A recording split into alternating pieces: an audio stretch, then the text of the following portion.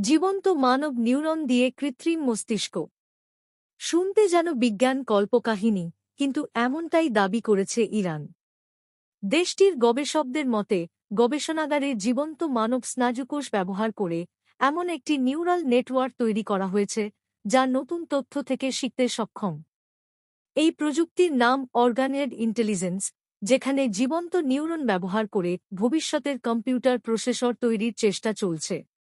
ইরানের দাবি, এই প্রযুক্তি একদিন বর্তমান সিলিকন চিপের বিকল্প হতে পারে। শুধু তাই নয়, এটি আরও দ্রুত তথ্য প্রক্রিয়াকরণ করতে পারবে এবং প্রচলিত চিপের তুলনায় অনেক কম বিদ্যুৎ ব্যবহার করতে পারে। তবে একটি বিষয় মনে রাখা জরুরি, এটি এখনও পরীক্ষামূলক গবেষণার পর্যায়ে রয়েছে। প্রযুক্তিটি সাধারণ মানুষের ব্যবহারের জন্য প্রস্তুত নয়, আর এর বিভিন্ন দাবি স্বাধীনভাবে আরও বৈজ্ঞানিক যাচাইয়ের অপেক্ষায়। তবু, যদি এই গবেষণা সফল হয়, তাহলে ভবিষ্যতের কৃত্রিম বুদ্ধিমত্তা, চিকিৎসাবিজ্ঞান এবং কম্পিউটিং প্রযুক্তিতে শুরু হতে পারে এক নতুন অধ্যায়।